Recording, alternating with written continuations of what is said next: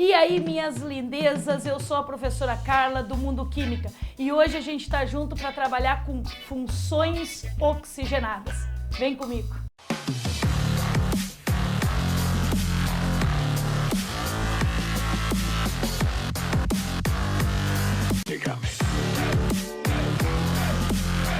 É importantíssimo hoje que a gente saiba reconhecer as funções orgânicas.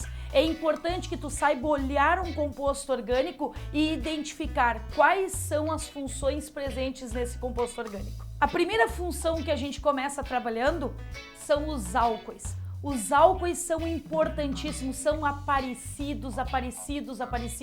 Volta e meia, eles aparecem em um composto orgânico. Então, o que corresponde a um álcool? É toda vez que tu tiver um carbono saturado e ligado a este carbono saturado, o grupamento OH. Relembrando para vocês que um carbono saturado é aquele carbono que apresenta somente ligações simples, é aquele carbono que tem hibridização sp3 e o grupamento OH é chamado de hidroxila ou oxidrila. Antes de iniciarmos a nomenclatura dos álcoois, a gente trabalha com a classificação. A primeira classificação é quanto ao número de grupamentos OH. Se houver um grupamento OH na estrutura, ele é classificado como monoálcool. Se houver dois grupamentos OH na estrutura, diálcool. Se houver três grupamentos OH na estrutura, triálcool. E assim sucessivamente. Outra classificação para os álcoois é o critério a qual carbono ele se encontra ligado. Se ele está ligado a um carbono primário, ele é classificado como um álcool primário. Se ele estiver ligado a um carbono secundário, ele é um álcool secundário. E se ele estiver ligado a um carbono terciário, ele é um álcool terciário. E agora, a tão temida nomenclatura. Só repassando um pouquinho, a nomenclatura é composta de que forma? Prefixo, intermediário, mais a terminação. A única diferença para os hidrocarbonetos é a terminação. Nos álcoois, a gente coloca a terminação ol. A aplicação da terminação ol é bem tranquilo. O único cuidado que tu tem que ter é numerar o carbono aonde se encontra o grupamento OH. Então, álcoois, a partir de 3 carbonos, tu precisa indicar em qual carbono se encontra o grupamento OH.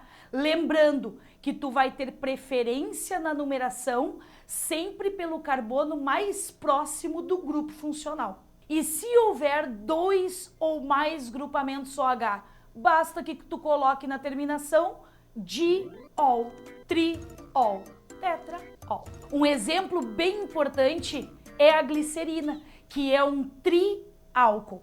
Nota que tem 3 carbonos e 3 grupamentos OH. Então, como é que tu faz a nomenclatura? Prop, indicando os 3 átomos de carbono, an, só existem ligações simples, e triol, por causa dos 3 grupamentos OH. Neste caso, há necessidade de tu numerar 1, 2 e 3, que são os carbonos onde se encontram os grupamentos OH. Outro exemplo que vamos trabalhar é o pentanol. O pentanol são 5 carbonos, somente ligações simples, e o grupamento OH está onde? No carbono de número 2. Então, tu vai colocar pentanol 2. Outra função oxigenada importantíssima são os fenóis. Como é que eu reconheço um fenol? O fenol é quando eu tenho o grupamento OH, o mesmo dos álcoois, só que agora preso ao aromático, geralmente ao anel benzênico. Os fenóis também podem ser classificados em monofenóis, difenóis, trifenóis e assim sucessivamente, dependendo do número de grupamentos OH que apresentar o anel aromático. A nomenclatura dos fenóis é feita da seguinte forma: tu tem o grupamento OH preso ao anel aromático, então tu tem o hidroxi ligado ao benzeno. Então todos os fenóis têm a nomenclatura hidroxibenzeno. E se houver algum radical preso também ao anel aromático, basta que tu acrescente o nome do radical. Como exemplo, podemos citar o metil hidroxibenzeno. Mas nota o seguinte, Tu tem que colocar a numeração. Para quem? Para o radical metil.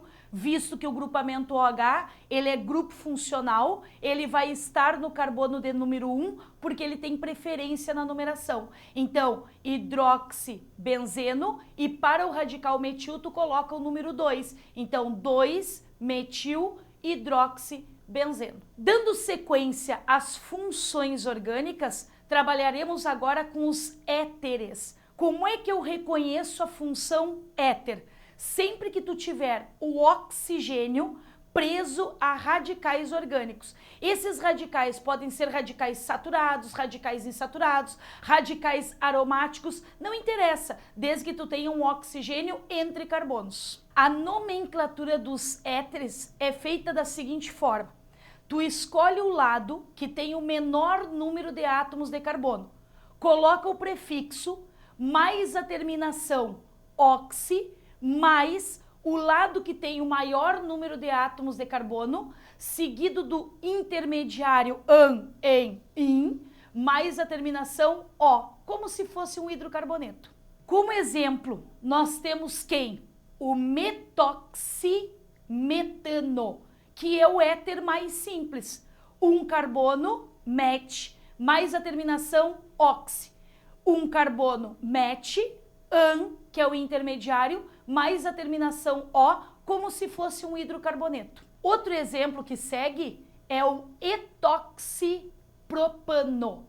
Et, que é o menor radical, seguido da terminação oxi, mais o nome do hidrocarboneto correspondente ao maior radical, propano.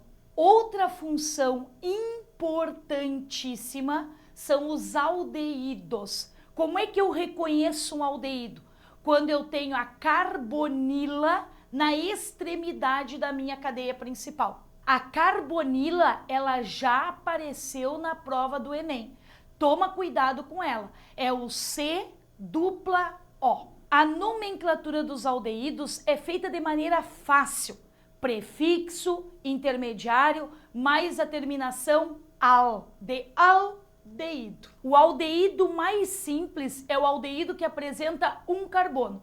Para esse aldeído, como é que a gente faz a nomenclatura? Prefixo, indicando o número de átomos de carbono, 1, mais o intermediário an, mais a terminação al. Então fica metanal. Essa é a nomenclatura oficial. Porém, esse aldeído aparece com muita frequência com a sua nomenclatura usual, aldeído fórmico ou formaldeído. Quando os aldeídos forem de cadeias maiores e houver insaturações, se houver ramificações, tu começa a numeração sempre pelo carbono do aldeído. Ele é o carbono da extremidade, ele é o carbono que é o carbono principal, ele é o carbono de número 1. O exemplo que eu apresento agora é o 3-metil-hexanal. 3-metil, porque o radical metil está no carbono de número 3, porque eu conto a partir do carbono que apresenta o aldeído. E o hex, de 6 carbonos, o an, só de ligações simples e mais a terminação al, indicando o grupo funcional. Agora, trabalharemos com as cetonas. Não quero tu confundindo aldeído com cetona. A cetona também tem a carbonila, só que agora a carbonila está onde? A carbonila está entre carbonos na minha cadeia principal. A nomenclatura das cetonas, tu segue as mesmas regras, porém com a terminação ona. A cetona mais simples é a propanona. Tu tem que ter no mínimo 3 átomos de carbono para tu poder ter uma cetona. E essa cetona mais simples é conhecida comercialmente como acetona, que é aquele removedor de esmalte. Para cetonas com 5 átomos de carbonos ou mais, é necessário que tu indique em qual carbono se encontra o C-dupla-O, iniciando sempre a numeração pela extremidade mais próxima do grupo funcional. Um exemplo de cetona é a cetona com 6 átomos de carbono, com a carbonila no carbono de número 3. Como é que tu faz a nomenclatura? Hex, an, ona, mais o número 3, indicando a posição do C-O.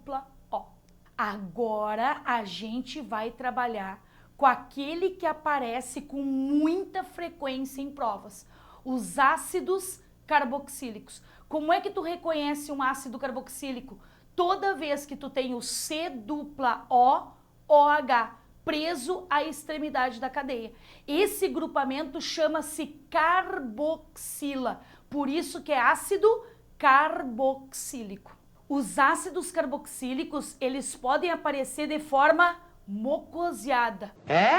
Escondidinho, compacto, ali, quietinho, como COOH. A nomenclatura dos ácidos carboxílicos segue as mesmas regras, com a única diferença que tu vai colocar a palavra ácido no início, o prefixo, o intermediário, mais a terminação oico. O ácido carboxílico mais simples é o ácido com um átomo de carbono apenas, que é o ácido metanoico, na sua nomenclatura oficial, mas na nomenclatura usual segue ácido fórmico. O ácido com 2 átomos de carbono recebe uma nomenclatura usual de ácido acético, que é o ácido que está contido nos vinagres. Para ácidos carboxílicos de cadeias maiores, tu segue exatamente as mesmas regras de nomenclatura, começando sempre a numeração pelo carbono do ácido carboxílico, porque ele é o carbono do grupo funcional, ele é o carbono da extremidade, ele é o carbono do número 1. Agora trabalharemos com os ésteres. Ésteres são derivados dos ácidos carboxílicos pela substituição do hidrogênio do ácido por um radical. Pode ser um radical saturado, insaturado, aromático, qualquer radical orgânico, qualquer número de átomos de carbono. A nomenclatura dos ésteres é feita em 2 partes. Tu isola temporariamente aquele radical que entrou no lugar do hidrogênio. Isola ele, deixa ele de canto. Pega os demais átomos. Aqueles demais átomos, tu coloca o prefixo, o intermediário, mais a terminação -oato. E agora sim, tu coloca o nome do radical que está no lugar do hidrogênio.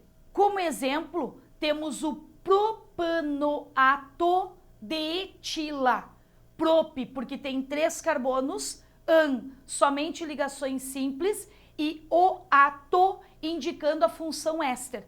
Etila é o nome do radical que entrou no lugar do hidrogênio. Outro derivado dos ácidos carboxílicos e que é bem importante são os sais orgânicos. Como é que são formados os sais orgânicos? São formados a partir de uma reação de um ácido carboxílico com uma base inorgânica. O que eu faço? Eu substituo o hidrogênio do ácido pelo metal que está na base.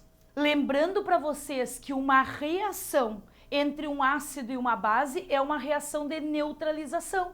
Da mesma forma que foi estudado lá na química inorgânica, a gente tem aqui na química orgânica.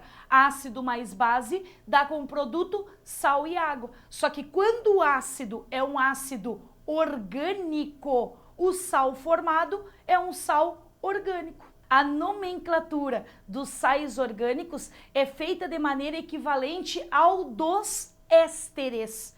Quando tu tem um sal orgânico, tu pega o prefixo do número de carbonos, o intermediário, mais a terminação -oato, seguida do nome do metal que foi colocado no lugar do hidrogênio na reação de substituição. Um exemplo disso, o propanoato de sódio. 3 carbonos, ligações simples, terminação -oato, indicando a função, e sódio, o metal que entrou no lugar do hidrogênio. Minhas lindezas, minhas delícias, nessa aula a gente aprendeu o quê? A classificar e identificar as funções orgânicas oxigenadas.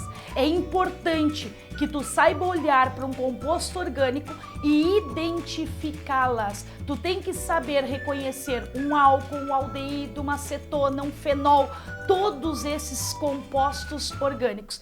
E não te preocupa, eu tô contigo rumo ao topo do Enem.